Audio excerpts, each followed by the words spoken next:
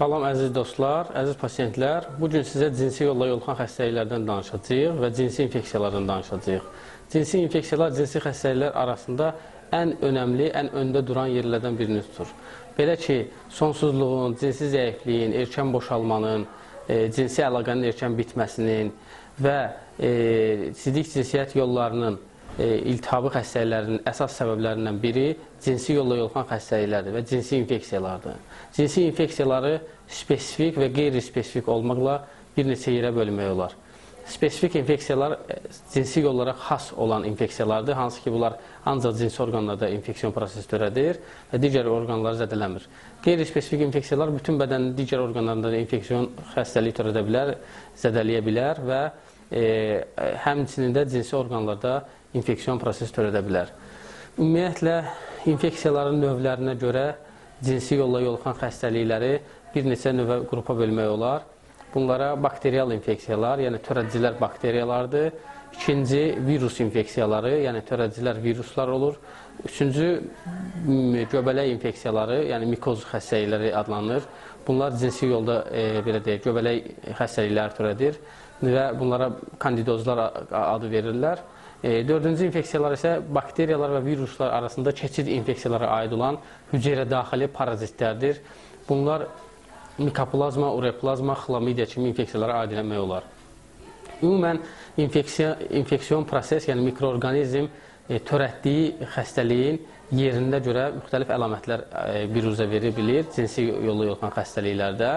Belə ki, əgər infeksiyon proses sidik kanalında gedərsə, bu uretrit, yəni kanalın iltihabı, prostat vəzidə gedərsə, prostatit, bəzən uretradan infeksiya prostat vəziyə qalxır, paralelni həm prostatit, həm də uretrit ola bilir. Sonra cinsi yolla bu infeksiyalar yuxarı hissələrə, yəni qalxan yolla böyrək axarlarına, böyrəklərə çatarsa, böyrəklərindən çatarsa, pielonefrit verə bilər və sidik hissəsinin iltihabı sistit verə bilər. Bir də bundan əlavə xayaların, xaya artımlarının iltihabı verə bilər. Bu da orxid və epididimit adlanır. Bildirmək istəyirəm ki, hansı hallarda cinsi yolla yoluxan xəstəliklər yoluxma ehtimalı çox olur. Bunlar, belə deyək, qarşı tərəfdə, yəni yoxlanmadıqda, təsadüfi cinsi əlaqələrdə, qoruyucusuz cinsi əlaqədə olduqda, təsadüfi cinsi əlaqələrdə cinsi yolla yoluxan infeksiyaların yoluxma ehtimalı daha çox olur. Bir də onu demək istəyirəm ki, cinsi yollarda həm qadında, həm də kişidə yollarda iltihab prosesi gedirsə və yaxud da zədələnmə olubsa, mikrotravma olubsa, dərinin selili qişaların mikrotravması, yəni kiçik zədələnmələri olursa, bu artıq infeksiya qapısı yaradır və infeksiya qapısından mikroorqanizm ora keçməyə, yəni orqanizmə keçməyə daha asan olur və orqanizmə keçməsi daha sürətli olur və infeksiya qapısından orqanizmə yoluxur və infeksiyon prosesinin yaranma sürətini artırır. Cinsi xəstəliklərdə, cinsi yolla yoluxan infeksiyalarda xüsusi əlamətlər olur. Bunlar əlamətlər spesifik və qeyri-spesifik ola bilər. Yəni orqana aid olan əlamətlər, cinsi xəstəliyə, cinsi orqanlara aid olan əlamətlər və ümumi əlamətlər. Belə ki, sidik ifrazında problem, sidik ifrazının çətinləşməsi, sidiyə kəsik-kəsik getmə, qırıq getmələr, sidiyin tam ifraz olunmaması, sidiyin tam boşalmaması, sidik ifraz zamanı boşalma hissinin olmaması və yaxud da sidiyin qalma əlaməti. Ultrasəs müayinədə təbii ki, biz bunu yoxlayanda xəstələrdə sidiyin bir neçə millilitr qalması, 50, 100, 150 millilitrə qədər qalması, sidik ifraz zamanı sidikdə, kanalda yandırma, göynəmə, qaşınma hissinin olması, kanaldan ifrazat gəlməsi, müxtəlif rənglərdə ola bilər ifrazat, ağ, bozumtul, sarı və yaşlı çalan rənglərdə ifrazat ola bilər. Bundan başqa cinsi orqanlarda problemlər və cinsi funksiyanın pozulması, cinsi zəiflik, erkən boşalma, cinsi həvəsin azalması və s. kimi hallar cinsi yolla yoluxan infeksiyaların əlaməti ola bilər. Ağrı cinsi yolla yoluxan xəstəliklərdə ən önəmli yerlərdən birini tutur. Belə ki, qasıq nahiyəsində, bel nahiyəsində yayılmış ağrıların olması, xayalarda, bir xayada, iki xayada ağrıların olması, cinsi əlaqə zamanı, cinsi orqanın düzlənməsi, ereksiya zamanı penisin özündə, müxtəlif hissələrində ağrıların əmələ gəlməsi, orqazmdan sonra ağrıların olması, sidik ifraz zamanı, sidik ifraz problemləri zamanı ağrıların əmələ gəlməsi, ağrıların sidik ifrazından sonra azalması və yaxud da sidik ifrazına qədər artması müşahidə oluna bilər.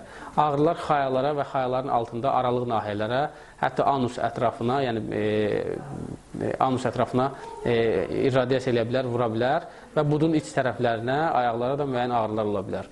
Ümumi əlamətlərdən götürsək, bədən temperaturunun qalxması, halsızlıq, cinsi əlaqə zamanı belə deyək, müəyyən disfunksiya, ağrılar və s. olması da cinsi yolla yoluxan infeksiyaların əlamətidir. Cinsi yolla yoluxan infeksiyalardan qorunma üsulları belə deyək, birinci növbədə gigiyenik faktorlara riayət eləmək lazımdır ki, infeksiyanın düşmə ehtimalı aradan qalsın və əgər təsadüfi cinsi əlaqələr varsa, burada qoruyucudan istifadə eləmək lazımdır. Ümumən, cinsi yolla yoluxan infeksiyadan şübhə varsa, bu zaman həkimə müraciət etmək lazımdır və yoxlanma olmalıdır, müayinələr olmalıdır. Müayinələr olunduğundan sonra cinsi yolla yoluxan infeksiyanın olub-olmaması dəqiqləşir. Belə ki, bəzən pasiyentlər belə düşünürlər ki, əlamət varsa, bu cinsi yolla yoluxan infeksiya var, əlamət yoxdursa, cinsi yolla yoluxan infeksiya mövcuddur və yaxud da yoluxmuyor. Bu, heç də belə deyil. Belə ki, cinsi yolla yoluxan infeksiya həm əlaməti ola bilər, yəni simptomlu ola bilər, həm də simptomsuz ola bilər. Yəni, simptomsuz infeksiyalara gizli gedən infeksiyalar deyirlər, buna subklinik infeksiyalar deyirlər. Əlamətlər yoxdur, amma proses gedir. Bu infeksiyalara misal göstərmək üçün xroniki infeksiyalar, əsasda ureplazma, mikoplazma, xlamidiya kimi infeksiyalar göstərmək olar ki, bu infeksiyalar kanalda yoluxaraq müxtəlif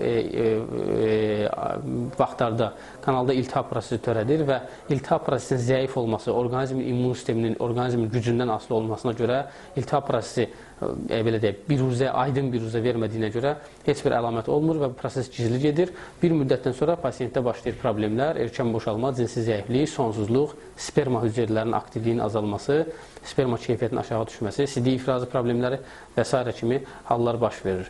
Bunu da bilmək üçün ən önəmli üsul müayinələrdir və analizlərdir. Analizlərdə mikrobun birbaşa özü və yaxud da onun antitelləri və yaxud da onun törətdiyi əlamətlərə görə aşkarlamaq olar. Bir də ümumən demək istəyirəm ki, cinsi yolla yoluxan infeksiyalar, heç də bəzi infeksiyalar növləri vardır ki, heç də bunlar sırf cinsi yolda problemlər törətmir. Bunlar cinsi yolla yoluxa bilir, həm də digər orqanlarda funksiyaların pozulmasına gətirib çıxarda bilər. Bu infeksiyalara aid eləmək olar hepatit viruslarını, hepatit B, C viruslarını, insan immun çatışmamazlıq virusu, spid deyilən bir spid xəstəliyi törədən bir virus, bir də sifilis xəstəliyini törətmək olar. Belə ki, spid xəstəliyi bildiyimiz kimi immun sistemi zədələyir, immun sistemi aşağı düşür, zəifləyir və bu halda digər infeksiyalardan orqanizmdə problemlər, hallar baş verir. Sifilis xəstəliyində digər orqanlar, sinir sistemi, həmçinin damar sistemi zədələnə bilər, daxili orqanlar zədələnə bilər, beyin zədələnə bilər. Bu da cinsi yolla yoluxmağına baxmayaraq digər orqanlarda da problemlər törədir. Bir də hepatit B, C virusu, bunlar cinsi yolla yoluxmağına baxmayaraq qaraciyərdə və digər orqanlarda problem törədir. Və baxmayaraq ki, bu infeksiyalar cinsi yolla yoluxub, bu infeksiyaları müayinələrsiz bilmək olmaz ki, cinsi yolda bu infeksiyalar yoluxub, var və yaxud da yoxdur. Ona görə müayinə ən önəmli faktorlardan biridir.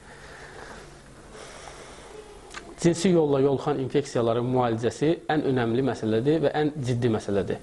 Son dövrlərdə bəzən pasiyentlər apteklərə yaxınlaşırlar, hər hansı bir infeksiya əlamətini hiss edən kimi 1 və yaxud da 2 tablet istifadə edirlər. 1-2 tablet istifadə edəndən sonra əlamətlərin kəsilməsindən sonra daha heç bir həkimə müraciət eləmirlər və bir neçə aydan sonra problemlər baş qaldırır.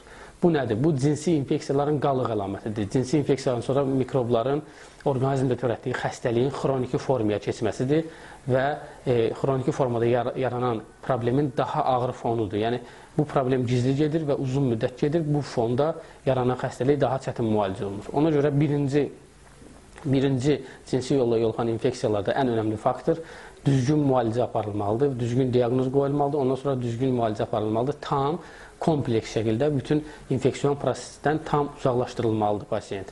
Belə ki, uzun müddət əgər mikrob orqanizmdə qalarsa, bu qısa müddətli də antibiotiklər, yəni bir dərman, 2 dərman atmaqla belə bir müalicə gedibsə, bu mikrob dözümlü formaya çevrilir, həmin antibiotikə reaksiya vermir, dözümlü formaya çevrilir və sonra bu mikrobu digər antibiotiklərlə müalicə eləmək daha çətin olur.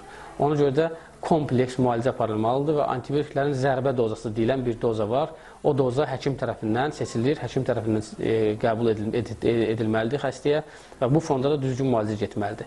Həmçinin, əgər prostatit və vezikulit, yəni toxum şişəcikləri və prostatın iltihabı varsa, bu fonda aparatlarla müalicə olunmalıdır, fizioterapevtik aparatlarla. Çünki prostatın bəzi hissələrinə ağızla atılan və yaxud da ineksiya formasında, iynə formasında vurulan dərmanlar çatmır.